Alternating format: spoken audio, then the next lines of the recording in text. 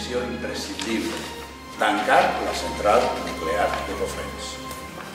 Nosaltres estem aproximadament a 100 quilòmetres de Cofrents. Tòquio està a 240 quilòmetres de la central que ha esclatat. En Tòquio avui ja han detectat contaminació de l'aigua i l'aigua no ve d'un riu d'allí.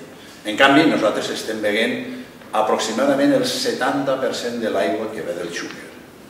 Per tant, un accident com el que ha passat en aquests moments en Japó faria que en aquests moments no poguérem utilitzar l'aigua potable de la ciutat de València, a part dels aliments.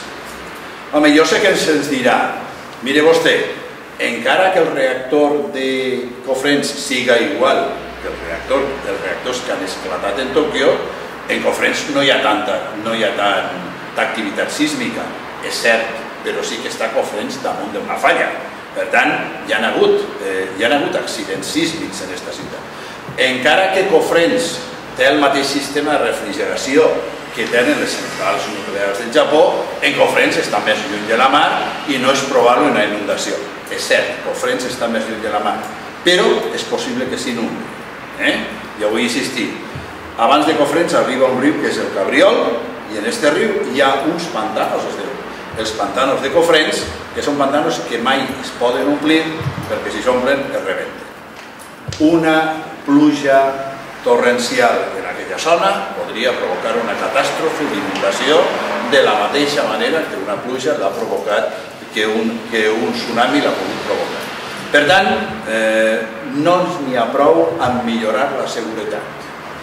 L'única seguretat que admitim de l'energia nuclear és la seguretat de l'energia nuclear del Sol, que està a molts milions de quilòmetres i no provoca cap problema. Per tant, energia nuclear, sí, la del Sol.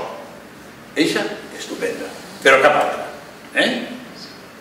I a partir d'ahí se'ns dirà, diu els think tanks de la nuclear, els lobbies nuclears, si apaguem les nuclears no podrem encendre les bombilles. Mentira. Estem exportant energia en el 2010 fins a la nuclearitzada França. Si apaguem les nuclears no passarà absolutament res, perquè Espanya, en el moment de més consum d'energia, només ha emprat, va ser en gener del 2010, el 45% de la potència instal·lada. El 45%, per tant, queda un 65%, queda un 55% per utilitzar. Si no utilitzem l'energia nuclear, l'energia elèctrica serà més cara. Mentida. El que diga això, que pense que l'energia elèctrica es basa en una subhasta i es paga tota al preu més car dels productes que entren en subhasta. Llei del sector elèctric, feta per el senyor Aznar. Per tant, l'energia nuclear no abarata, és mentida, no abarata el cost del quilowatt hora. Senzillament no té a veure. El que produeix és un gran benefici per les centrals.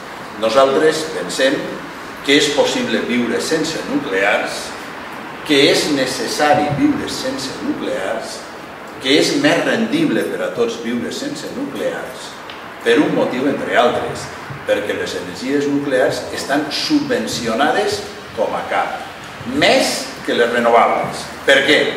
Primer, perquè les pòlisses de segurs les paga l'Estat i en cas d'un accident, quan no arriba els segurs, l'Estat és subsidiari, per tant les paguem tots.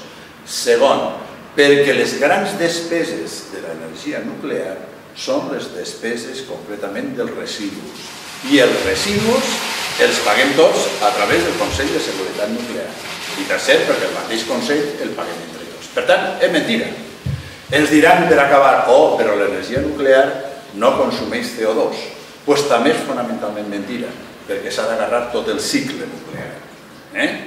Des que l'urani està perdudet a baixa concentració per ahir en Canadà o en Austràlia, fins que es concentra, després es purifica, després s'enriqueix i després s'ha de fer tot el procés de manteniment. Jo vull recordar que un dels problemes de les centrals de Fukushima han estat que els residus radioactius no estaven refrigerats.